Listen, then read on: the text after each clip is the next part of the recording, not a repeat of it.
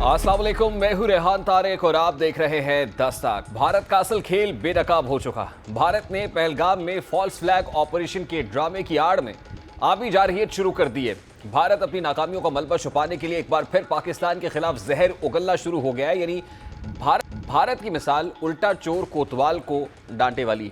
अब भारत सिंध तास मुआहिदे की खुल्लम खुल्ला खिलाफ वर्जी कर रहा है और उसने दरियाए चिनाब का 7,000 क्यूसेक और दरियाए जेहलम का 5,000 क्यूसेक पानी रोक लिया है। भारत ऐसा करके कानून की खुल्लम खुल्ला धज्जियां उड़ा रहा है, क्योंकि सिंध तास मुआहिदे के तहत वो मुआहिदे को मुअत्तल करने का एकतरफा फैसला किसी सूरत नहीं कर सकता, क्योंकि इस मुआहिदे के तहत हिंदुस्तान को इस बात का इख्तियार नहीं कि वो एकतरफा तौर पर सिंध तास मुआहिदे को मनसूख करे। मुआहिदे के आर्टिकल 12 क्लॉज 4 के मुताबिक मुआहिदा सिर्फ उस सूरत में ही मनसूख हो सकता है जब हिंदुस्तान और पाकिस्तान दोनों इसकी मनसूखी के लिए तहरीरी तौर पर रजामंद हों। दूसरे लफ्जों में मुआहिदे की मनसूखी का मतन दोनों ममालिक की मुशावरत से तैयार होना और फिर दोनों ममालिक की जानिब से इसकी तौसीक होना ज़रूरी है।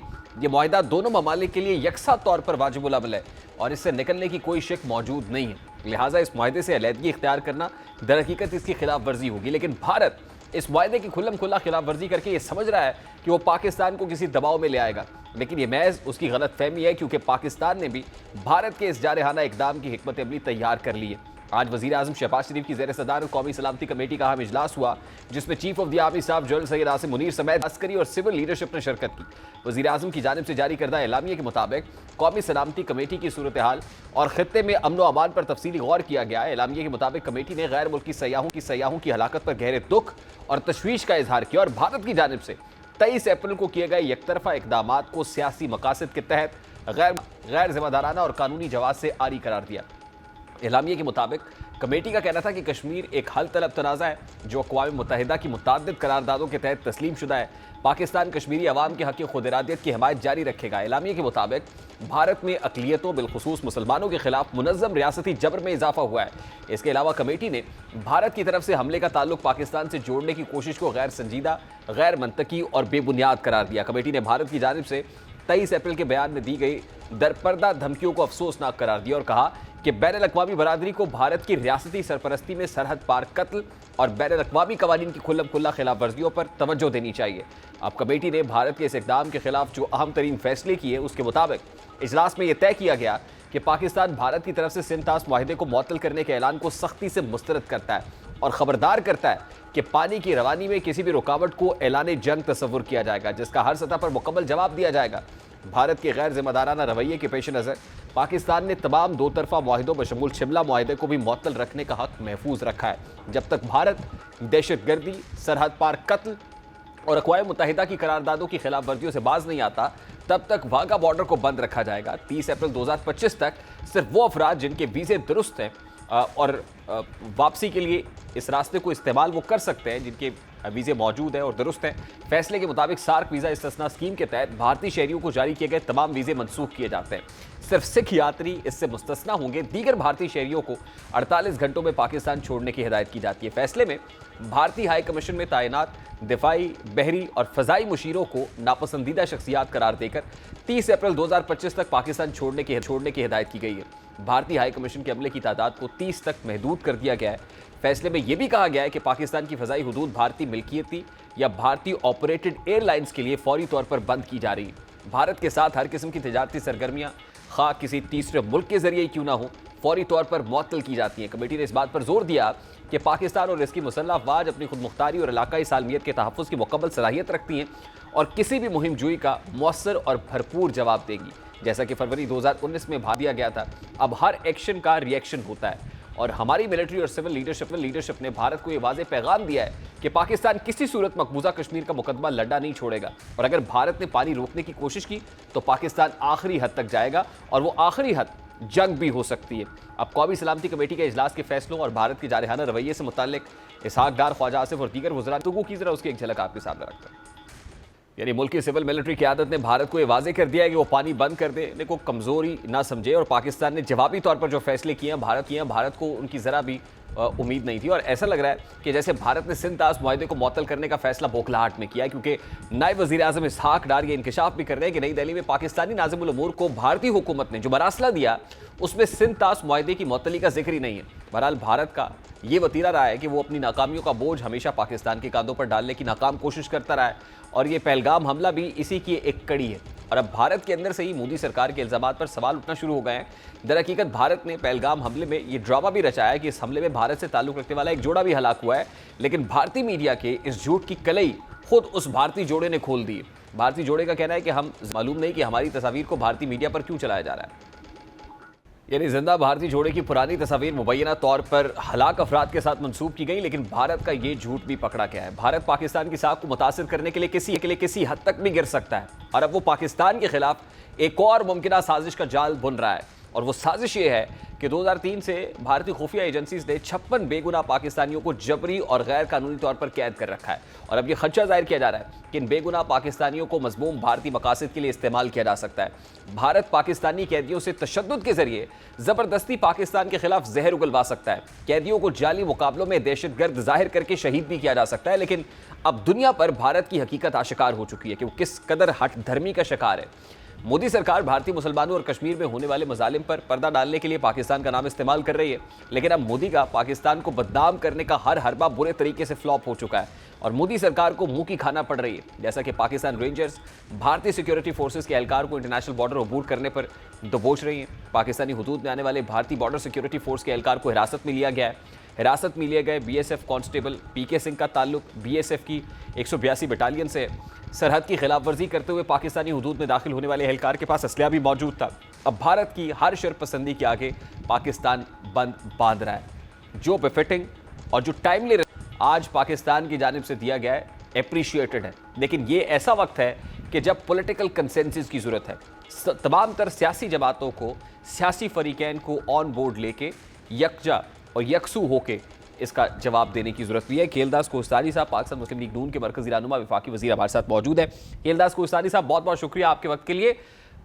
भारत की जानिब से जो जारहियत हुई है, जो शरपसंदी की जा रही है, जो इल्ज़ाम पाकिस्तान पर है, बड़ा बेफिटिंग, बड़ा जामे, बड़ा सॉलिड रिस्पॉन्स आज कौमी सलामती कमेटी के एलामिये की सूरत में हमने देखा, और उसके बाद एक भारी भरकम प्रेशर भी हुआ है। ये वक्त की ज़रूरत है, लेकिन वक्त की ज़रूरत पॉलिटिकल कंसेंसस भी है। तमाम तर पॉलिटिकल लीडर्स को एक प्लेटफॉर्म पे होना चाहिए।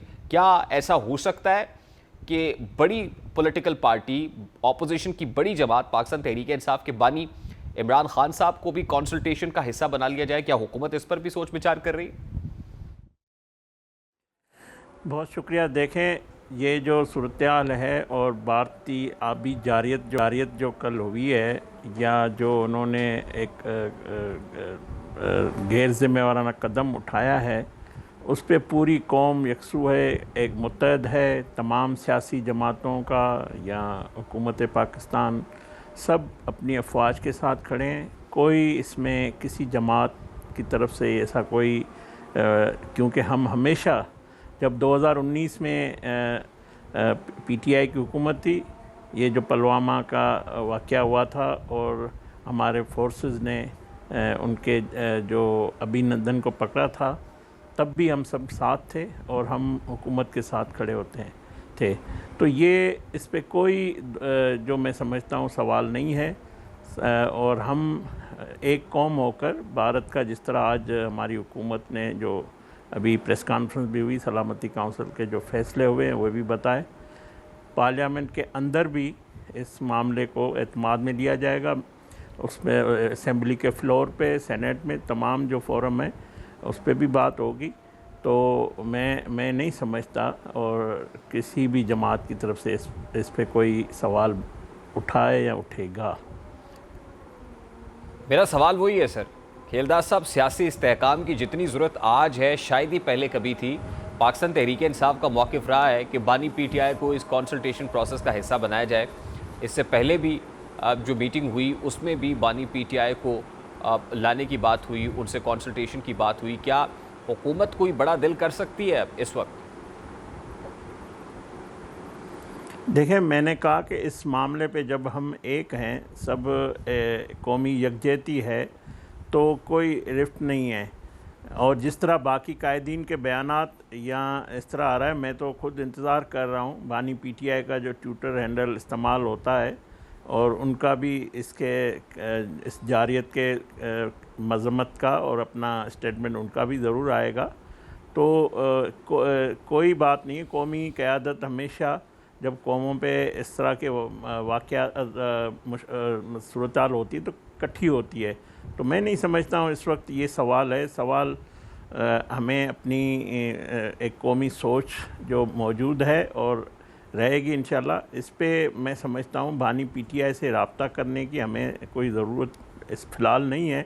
उनकी जमात का मौक़िफ़ आपके सामने है और उनके उसका खुद का भी मौक़िफ़ आना चाहिए, आएगा इंशाल्लाह।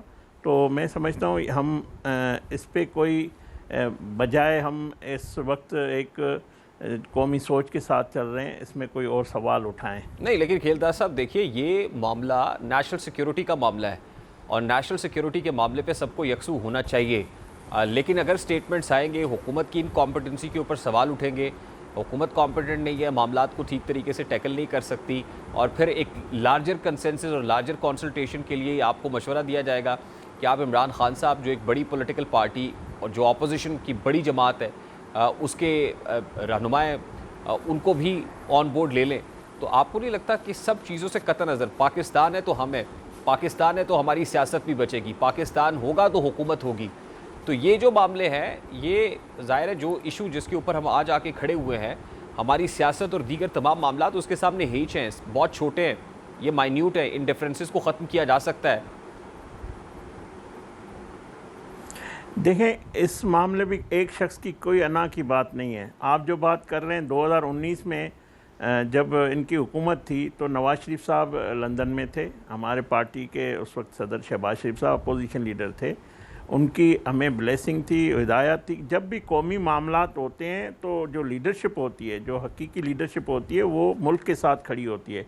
तो मैं यही कह रहा हूँ कि बानी पीटीआई भी मुल्क के साथ ही खड़े हैं और हुकूमत की पॉलिसियों के साथ इस मामले पे सपोर्ट करेंगे, और तमाम जो अपोजिशन जो पार्लियामेंट के अंदर है या पार्लियामेंट के ये बाहर आपका गुमान है हम या उन आपकी सबसे खबर है बात सर? भी राब्ते भी ये मालूमात की बुनियाद पे कह रहे हैं, खबर की बुनियाद पे कह रहे हैं कि बानी पीटीआई ने कह दिया कि हुकूमत के साथ खड़े हुए हैं। बानी पीटीआई तो हुकूमत की लेजिटिमेसी को मानती नहीं, इसके फैसलों को कैसे मानेंगे?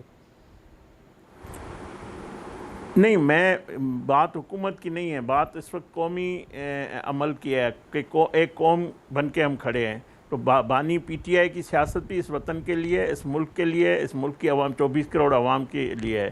तो डेफिनेटली मैं वही उम्मीद कर रहा हूँ, मैं बार बार ये कह रहा हूँ, और वो भी एक मोहब्बतन पाकिस्तानी है, ये ज़रूर अगर उसको ये जज्बा होगा तो उसकी स्टेटमेंट भी आएगी, मगर हम तमाम जमातों को साथ लेकर, और बल्कि इस वक्त देखें, एक इस वक्त कोई सवाल, कोई मुतालबा ये घड़ी नहीं है, ये घड़ी फ़ैसले की है। तो फ़ैसले की घड़ी में हम सब साथ हैं। हुकूमत की जो स्टेट कौमी सलामती कमेटी का इजलास हुआ ना सर, कौमी सलामती कमेटी इजलास में पीटीआई का क्या रोल था? उनका रोल आइन में यहाँ पे है नहीं, उनका रोल पार्लियामेंट के अंदर है। अगर कोई पार्लियामेंट के अंदर कोई जॉइंट सिटिंग होती है या कोई ज़रूर उनका रोल जहाँ पे होता है, आइन ने जहाँ डिफ़ाइन किया है, ज़रूर होगा।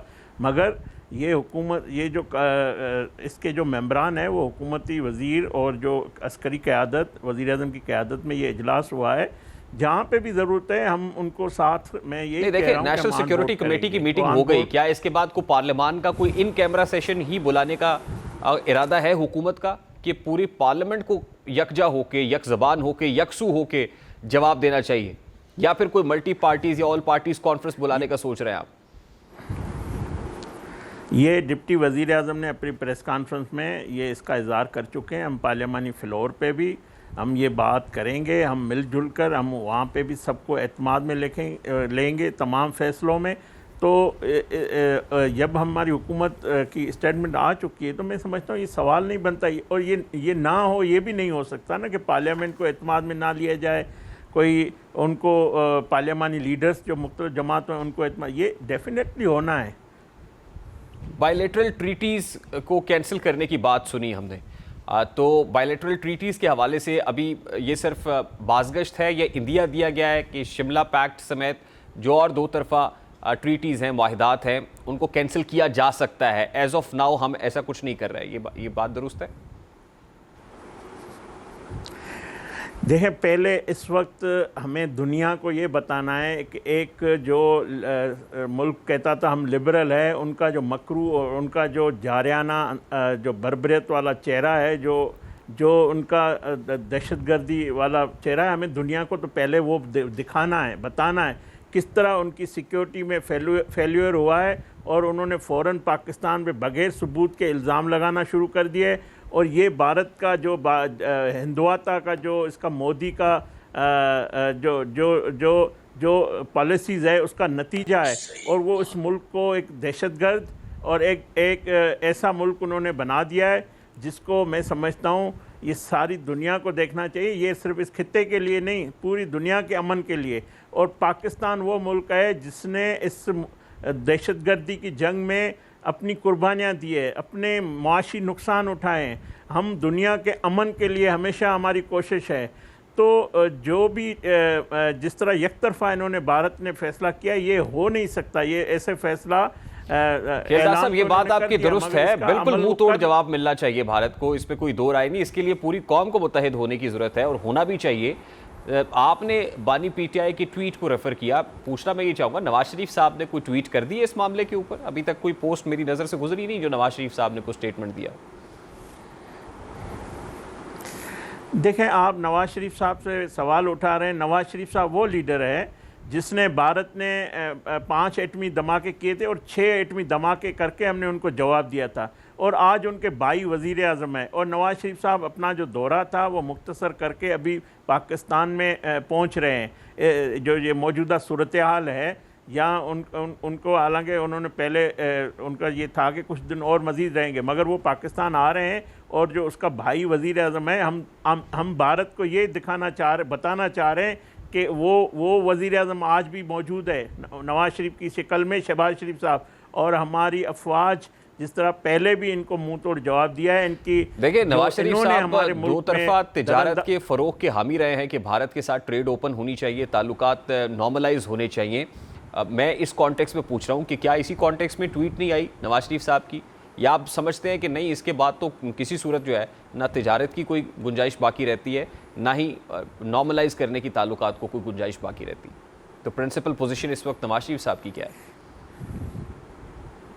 प्रिंसिपल पोजीशन वही है जो आज हमारा एलामिया जारी हुआ है। वो नवाज शरीफ एक कौमी लीडर है, इस खित्ते का सीनियर लीडर है, उसकी भी वही सोच है जो वज़ीर आज़म की है, जो हमारी अफवाज की है, जो तमाम पोजीशन की है, जो 25 करोड़ आवाम की है, वो नवाज शरीफ साहब की भी सोच है। और हम अगर कोई हमें अमन से बात करे, अमन की बात करेगा तो हम अमन की बात करेंगे, कोई हमसे जंग की बात करेगा तो हम जंग की बात करेंगे, कोई हमें आंखें दिखाएंगे तो हम उसकी आंखें निकाल देंगे। हमारी पाकिस्तान की सोच और हमारी हम खुद भी ना किसी दहशतगर्दी बर्दाश्त करेंगे, ना किसी को करने देंगे। तो ये जो भारत जो इसका मकरू चेहरा है उसको बेनकाब भी करेंगे। और इस सूरत हाल में मैं समझता हूँ जो आपका सवाल है वो आपको जवाब पूरे आज के एपिसोड में मिलना चाहिए। अब कोई सवाल नहीं बनता कि नवाज शरीफ साहब जो है वो क्या नवाज नहीं, देखिए ना, नवाज शरीफ साहब आप 1998 को रेफर करते हैं कि चागी में हमने एटमी धमाके कर दिए, और ज़ाहिर है बड़ा खुशाइंद अमर था। नवाज शरीफ साहब बहुत अच्छे तरीके से समझते हैं डायनामिक्स को। फिर 2019 के अंदर जो अभिनंदन वाला मामला हुआ, उस वक्त जो पेलोड गिरा के वो गए, ये फॉल्स फ्लैग, इसको बेनकाब इमरान खान साहब ने बड़ा स्ट्रांगली इसके ऊपर स्टेटमेंट दिया, we were standing united as a nation. तो अब ये दोनों लीडर्स ऐसे हैं जो इस हवाले से जो है वो हैंड्स ऑन एक्सपीरियंस रखते हैं, प्रैक्टिकली ये इन इश्यूज से निकले हैं। तो मैं तो इस कॉन्टेक्स्ट में कह रहा हूँ कि आपको नहीं लगता कि इनको भी शामिल गुफ्तगू करना चाहिए, मुशावरत का, लार्जर कंसल्टेशन का हिस्सा बनाना चाहिए, वो नवाज शरीफ साहब हों, वो इमरान खान साहब हों? ज़रूर ओपिनियन आएगा। और ये मैंने 3-4 दफ़ा आपके सवालों में ये कहा है, मैं बानी पीटीआई से भी यही तवक्का रखता हूँ। और नवाज शरीफ साहब वज़ीर आज़म से राब्ते में है, और हो सकता है कल वज़ीर आज़म की उनके साथ मुलाकात भी हो। तो ये नहीं हो सकता कि हमारे 25 करोड़ आवाम में कोई किसी कहीं पे भी कोई है। मैं समझता हूँ हम एक कौम होकर आज हमने जवाब दिया है, हमने फ़ैसले किए हैं और आइंदा भी करेंगे। बहुत बहुत शुक्रिया खेलदास कोहिस्तानी साहब, पाकिस्तान मुस्लिम लीग नून के मरकज़ी रहनुमा हमारे साथ मौजूद थे। अभी एक ब्रेक लेंगे और ब्रेक के बाद जब वापस आएंगे तो गुफ्तगू कंटिन्यू करेंगे हमारे साथ।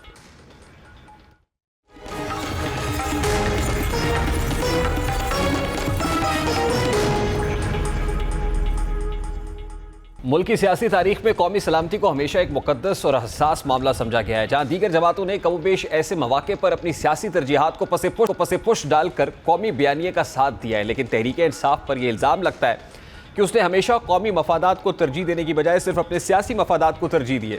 तहरीक इंसाफ के हवाले से यह तासुर उभरता है कि वो हर मौके पर कौमी सलामती जैसे मामलात को सियासी मकासद के लिए इस्तेमाल करती है, जैसा कि आज भारत के सिंध तास मुआहदे की मअतली के खिलाफ सिविल मिलिट्री क़यादत एक सफ़े पर दिखाई दी। लेकिन तहरीक इंसाफ के खिलाफ आज भी ये तासुर उभरा कि उसने इस हसास मामले पर भी सियासी मफादात को तरजीह दी।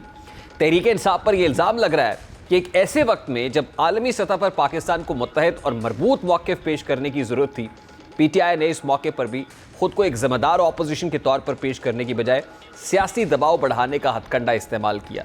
यहाँ तक कि PTI रहनुमा कौमी सलामती कमेटी के इजलास से न सिर्फ लाताल्लुकी का इजहार करते रहे, बल्कि वो इस अहम मामले पर यह मुतालबा भी करते दिखाई दिए कि PTI को रिहा किया जाए।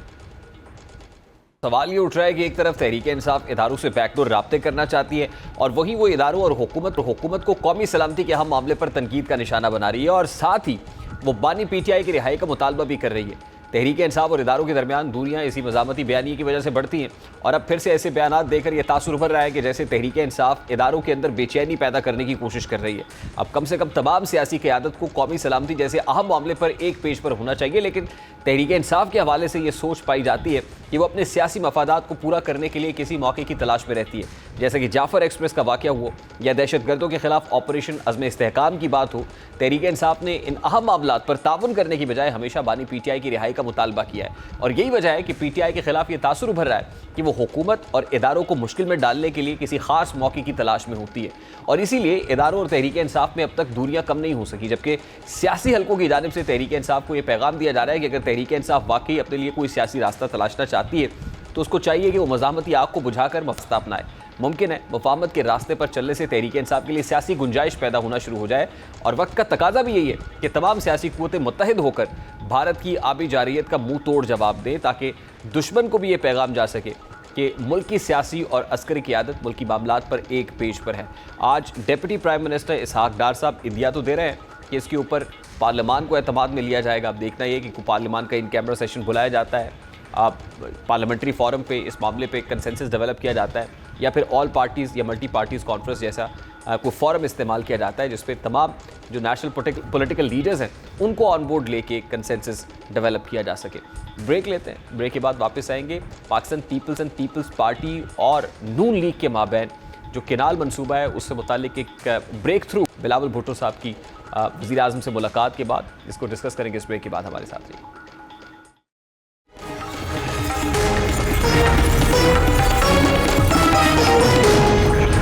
भारत एक तरफ आबी जारियत पर उतरा हुआ है और दूसरी जानिब दरियाए सिंध में नहरें निकालने के मामले पर मुल्क की दो बड़ी जमातें एक दूसरे के आमने सामने दिखाई देती रही। लेकिन अब ऐसा लग रहा है कि वज़ीर आज़म कौमी मफाद को मद्देनजर रखते हुए दरियाए सिंध से नहरें निकालने का फैसला वापस ले रहे हैं। मीडिया रिपोर्ट्स के मुताबिक वफाकी हुकूमत ने दरियाए सिंध पर केनाल मनसूबा ख़त्म करने का फैसला कर लिया है। यानी वफाकी हुकूमत और पाकिस्तान पीपल्स पार्टी में इत्तफाक हुआ है, कंसेंसस हुआ है, और यूँ वफाकी हुकूमत ने सिंध के अवाम का एहतजाज सिंध हुकूमत का मौक़िफ़ मान लिया है। अगर दोनों जमातों में नहरों के मसले को लेकर कशीदगी जारी रहती तो यकीनी तौर पर आलमी सतह पर इसका मनफी असर जाता, क्योंकि भारत पहले ही हमारा पानी रोक चुका है। ऐसे में मुल्क की दो बड़ी जमातें आपस में उलझती हों तो भारत को इस पर भी प्रोपेगेंडा करने का मौका मिल सकता था। लेकिन वज़ीर आज़म ने भारत की ये कोशिश भी नाकाम बना दी है। देखा जाए तो हुकूमत का नहरों के मामले पर बैकफुट पर जाने के बावजूद हुकूमत का सियासी पलड़ा इसलिए भारी है क्योंकि उसने एक ऐसे वक्त में ये इकदाम उठाया है जब भारत पाकिस्तान के खिलाफ पानी को लेकर साजिशें कर रहा है। और दूसरी अहम बात यह है कि हुकूमत ने अपनी सबसे बड़ी इत्तेहादी जमात को राज़ी कर लिया है, यानी ये हुकूमत के लिए विन विन कंडीशन नज़र आती है। अब नहरें निकालने के मामले पर दोनों जमातों में इत्तफाक होना यकीनी तौर पर भारत को ये पैगाम देगा कि जब भी इसको मुंह तोड़ जवाब देने की ज़रूरत पड़े तो तमाम सियासी क़ुव्वतें अपने इख्तलाफात और गिले ज़रदाज़ करके इस साजिश को नाकाम बनाने के लिए यकजा हो जाएंगी।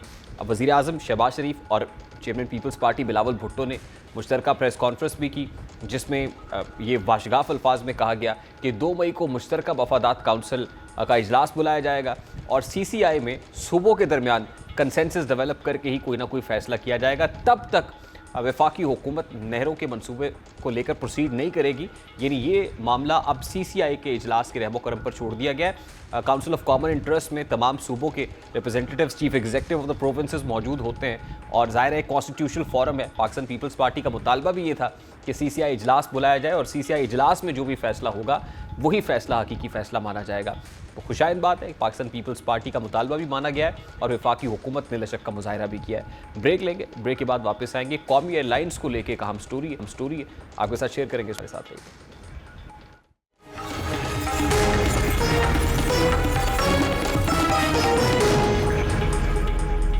कौमी एयरलाइन PIA को उसके कदमों पर खड़ा करने के लिए हुकूमत फिर से सरगर्म हो चुकी है। हुकूमत ने कौमी एयरलाइंस PIA के 51 से 100% शेयर्स फरोख्त करने का फैसला कर लिया है, जिसके लिए इजहार दिलचस्पी की दरखास्तें, एक्सप्रेशन ऑफ इंटरेस्ट तलब कर लिए गए हैं और मुमकिन सरमायाकारी के लिए फ़रोख्त को पुरकशिश बनाने की कोशिश है।